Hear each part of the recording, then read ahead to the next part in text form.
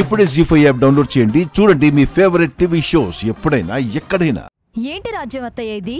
వాళ్ళని అవమానించాలని మేం అవమానపడుతున్నాం. మీరిది చూస్తున్నారు కదా. నా చెంప కూడా చెల్లుమనింది. ఏదేదో చేస్తామన్నారు, అసలేం చేస్తున్నారు మీరు? ఆవేశపడకు శృతి. నీ చెంప పగిలింది నేనేదో చేయబట్టి కాదు, నువ్వేదో ఎప్పుడో చేసుకోబట్టి. ఇప్పుడది కాదొదినా. విషయం మీరేం చేస్తున్నారు అనే దాని గురించి అది చెప్పండి. నాకైతే ఒకటి క్లియర్. అక్షర్ వాళ్ళుండగా అపర్ణని ఏమీ చేయలేం, వాళ్ళని ఏమీ చేయలేం. అనవసరంగా యాసిడ్ మీద సబ్బు పెట్టారు. చివరికి మన సంతాప సభే అవుతుందనిపిస్తోంది. నన్ను తక్కువ అంచనా వేయకు కోడలా. ఏం చెయ్యాలనిది పెట్టానో అది చేసే తీరతాను. ఇప్పుడు అందరూ తినాలంటే వంట చేయాలిగా. వెళ్ళి చేద్దామంటారా? అక్షర వాళ్లతో చేయిస్తా అంటున్నా. వంటోళ్ళుండగా వాళ్ళెందుకు చేస్తారు? అసలు వాళ్ళని పిలిస్తేగా. అలా చూడకండి, అంతా మీకే అర్థమవుతుంది. రండి. మనం చేసే మంచి మనం ఎంత మంచి వాళ్ళమో చూపిస్తుంది. ఆ మంచే మనల్ని ముంచాలనుకునే వాళ్ళని ముంచుతుంది. సత్యం ఇదే. మీరు మంచి మాటలు మా అక్షర్లా భలే చెప్తున్నారండి. వింటూ ఉండిపోవాలనిపిస్తోంది మీ అమ్మతోడు.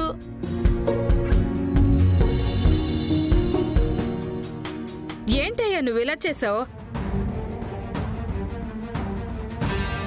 నిన్ను నమ్ముకొని పెద్ద తప్పు చేశా. చిచి. ఏమైంది రాజ్యం గారు?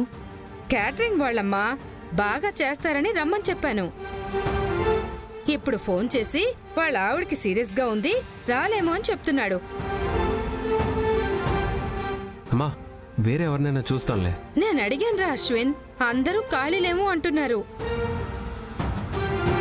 టెన్షన్ వచ్చేస్తుందిరా నాకు. ఏం టెన్షన్ పడకు రాజ్యం, మేం చేస్తాంలే.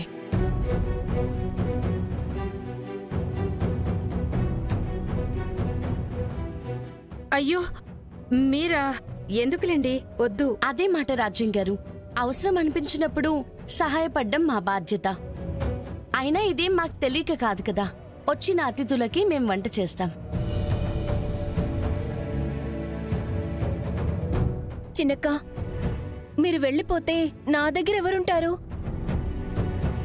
ఏమండి, వేరే వాళ్ళని పిలిపించండి. వేరే వాళ్ళు దొరకట్లేదా పన్నా? అందరూ బిజీగా ఉన్నారంట. నాకు ఇష్టం లేదు. మాకిదేం కష్టం కాదు కదండి. అపర్ణ, పెద్దమ్మ ఉన్నారు కదా, పెద్దమ్మ అత్తయ్య గారు నీ దగ్గరే ఉంటారులే. పైగా ఇది బయట ఎక్కడో కాదు కదమ్మా, మనిల్లేగా. నిజం చెప్పాలి అంటే వాళ్ళు చేస్తాను అంటుంటే నా మనసు కాస్త కుదుట పడుతుంది.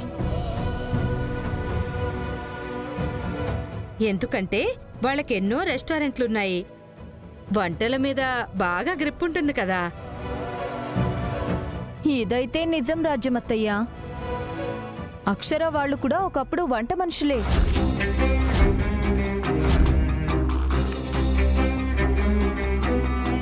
వాళ్ళమ్మది హోటల్ కదా, తనొచ్చినోళ్ళందరికీ సర్వ్ చేసేది. శృతి, ఇలాంటి కించపరిచే మాటలే వద్దనేది. అయ్యో, నేనిప్పుడు అంత తప్పుగా ఏమన్నాను బావుగారు? మీకసలు అంత కోపం ఎందుకు వస్తుంది?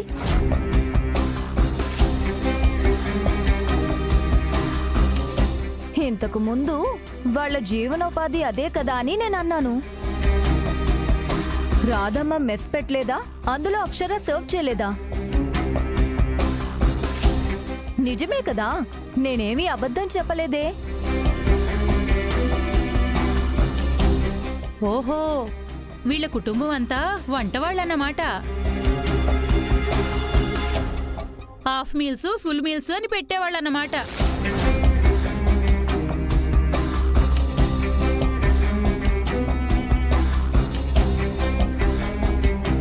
అవునండి, మా అమ్మగారిది హోటలే.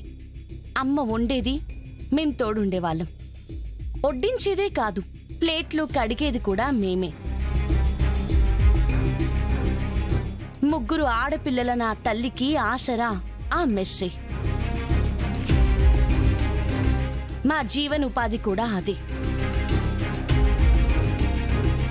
అందులో వచ్చిన దాంతోనే మేం తిన్నాం, అందులో దాచిన దాంతోనే మేం చదువుకున్నాం, దాంతోనే మేం ఎదిగాం. అది జస్ట్ ఒక మెస్ మాత్రమే కాదండి, మాకు నీడై మమ్మల్ని కాపాడిన వృక్షం. నేను కలెక్టర్ అవ్వడానికి కారణం కూడా ఆ హోటలే.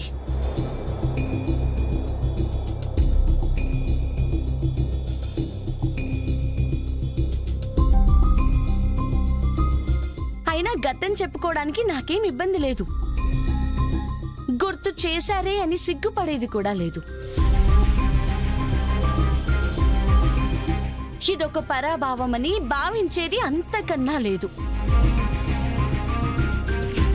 ఎస్, మేం కష్టపడ్డామే కానీ ఎవరిని దోచుకోలేదు.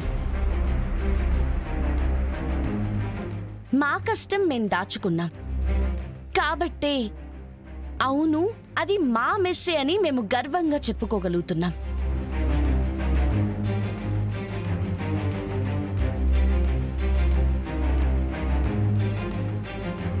అయినా 10 మందికి వండి పెట్టడమే పుణ్యం. ఆ పుణ్యమే ఇప్పుడు కూడా మేము చేస్తున్నాం. శభాష్ అక్షర, బాగా చెప్పావమ్మా. దేశాన్ని కొల్లగొట్టి కోట్లు గడించేవాడు కోటీశ్వరుడు కావచ్చు, వాడు కుబేరుణ్ణని చెప్పుకోవచ్చు. కాని వారిలో ఈ నిజాయితీ గల గర్వం ఎప్పటికీ ఉండదు, ఏనాటికి రాదు. దోచుకున్నదంతా ఎవరొచ్చి ఎప్పుడు లాక్కెళ్ళిపోతారోననే భయమే వాళ్లలో ఉంటుంది. ఇది కదా రోల్ మోడల్, అది కదా నేర్చుకోకూడనిది.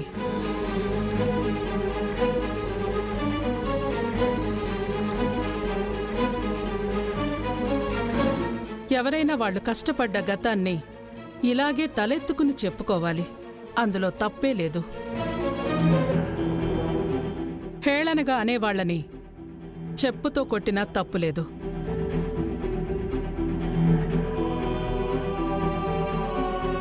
అది తప్పు కానే కాదు. అంటే మేమన్నది అలా కాదండి. ఇప్పుడు ఎలా అయినా అంటారులే.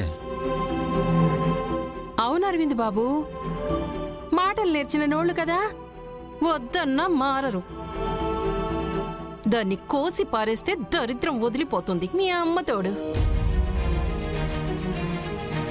జానకి గారు, ఇప్పుడు రక్తపాతం ఎందుకులేండి. అంతేలేండి, బుద్ధులు అలాంటివే వాళ్ళవి. అక్షరమ్మా, పద మనం వంటలు చేసుకుందాం. పెద్దమ్మ, అత్తయ్య గారు మీరు ఇక్కడే ఉండండి. పర్లేదమ్మా, నేను వస్తాను, పద. అలాగే. జీ5 యాప్ డౌన్లోడ్ చేసి అన్ని ఎపిసోడ్స్ పూర్తి ఉచితంగా చూడండి.